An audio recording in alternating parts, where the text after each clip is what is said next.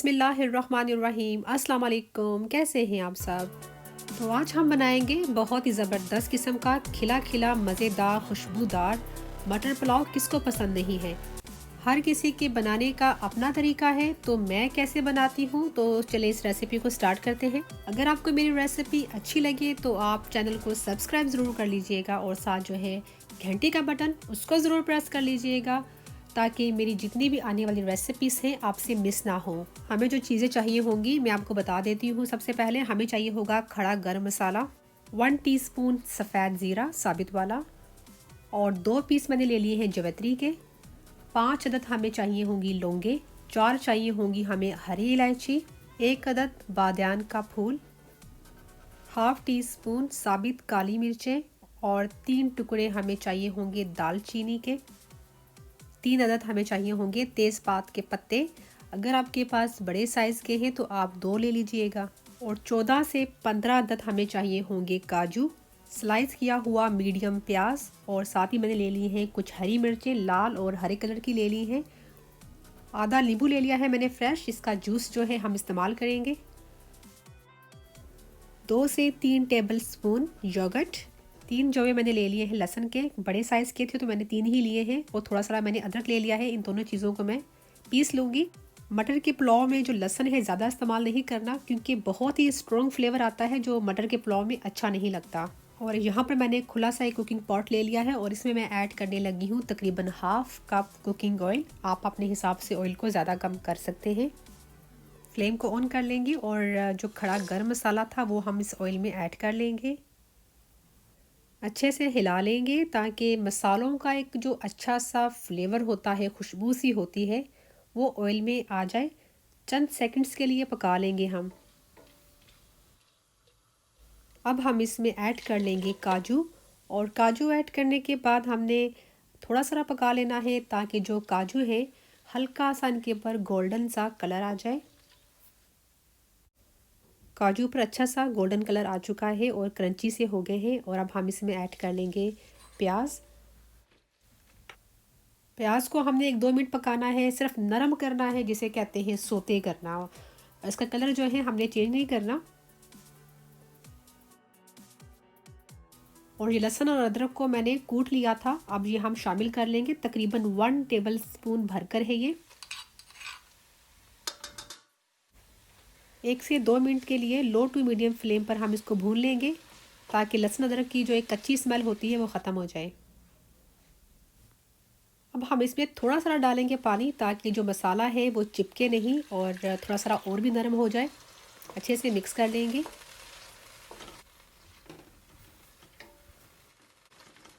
अब हम इसमें शामिल करेंगे 1 टीस्पून भरकर नमक, और साथ ही हम इसमें ऐड कर लेंगे हरी और रेड कलर की जो हमारे पास चिलीज़ थी वो ऐड कर लेंगे। अगर आप बहुत तेज़ मिर्चें खाते हैं तो आप बीच में से कट लगाकर फिर ऐड कर लीजिएगा। अच्छे से इन चीज़ों को हमने मिक्स कर लेना है और थोड़ा सा हमने भून लेना है। 3 से 4 मिनट भूनने के बाद अब हम इसमें शामिल करेंगे मटर।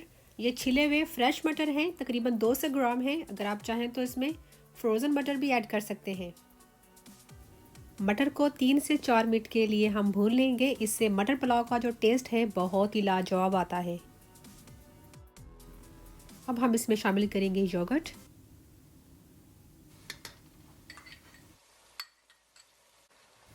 बस थोड़ा सारा भून लेंगे ताकि जो योगर्ट का पानी है वो ड्राई हो जाए।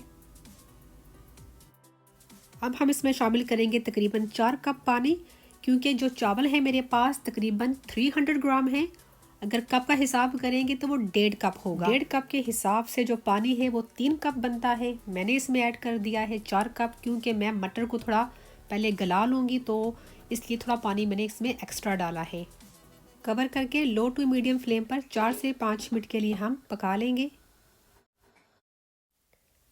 अब हम इसमें ऐड करेंगे चावल, और ये तकरीबन मेरे पास 300 ग्राम चावल है, और इसको मैंने अच्छे से धोकर पानी में इसको 45 मिनट के लिए भिगो कर रख दिया था। फिर पानी में इसका गिरा दिया है, और ये बासमती राइस है। मिक्स कर लेंगे। साथ ही हम इसमें ऐड कर लेंगे हाफ़ लेमन का जूस। इसको ऐड करने से जो चावल हैं बहुत ही खिले खिले और वाइट कलर के बनेंगे। इस स्टेज पर आप चेक कर लें, अगर आपको लगता है नमक कम है तो आप और ऐड कर लें। मुझे नमक कम लग रहा है तो मैं हाफ़ टेबल स्पून नमक इसमें और ऐड कर रही हूँ। चावलों में जो नमक है थोड़ा ज़्यादा ही जाता है। आप कवर करके 4 से 5 मिनट के लिए पका लेंगे ताकि पानी जो है थोड़ा इसका खुश्क हो जाए।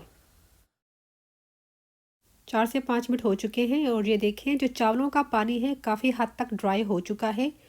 चावलों को हल्के हाथों से ऊपर नीचे कर लेंगे ताकि जो मटर है एक जगह इकट्ठे ना हो।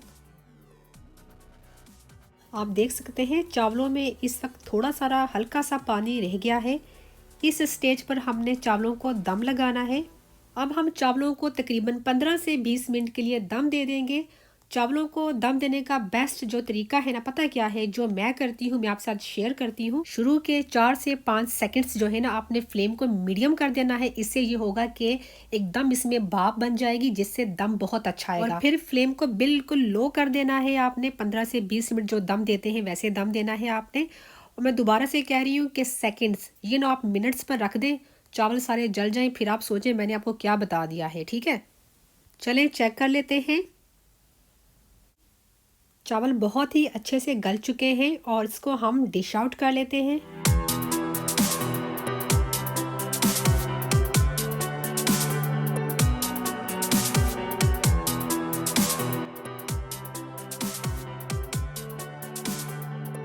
बहुत ही ज़बरदस्त किस्म का हमारा मटर का पुलाव रेडी हुआ है। आप देख सकते हैं कितने जो चावल हैं खिले खिले हैं और इसका आप कलर देखें। आप यकीन करें पूरे घर में इस वक्त चावलों की महक खुशबू फैली हुई है। घर से बाहर तक चावलों की खुशबू आ रही है। मेरे तरीके से बनाइए, आपको रेसिपी बहुत पसंद आएगी। पसंद आने पर इसको लाइक शेयर ज़रूर कीजिएगा। अपना और अपने घर वालों का बहुत सारा ख्याल रखिएगा। दुआओं में हमें याद रखिएगा। अल्लाह हाफिज़।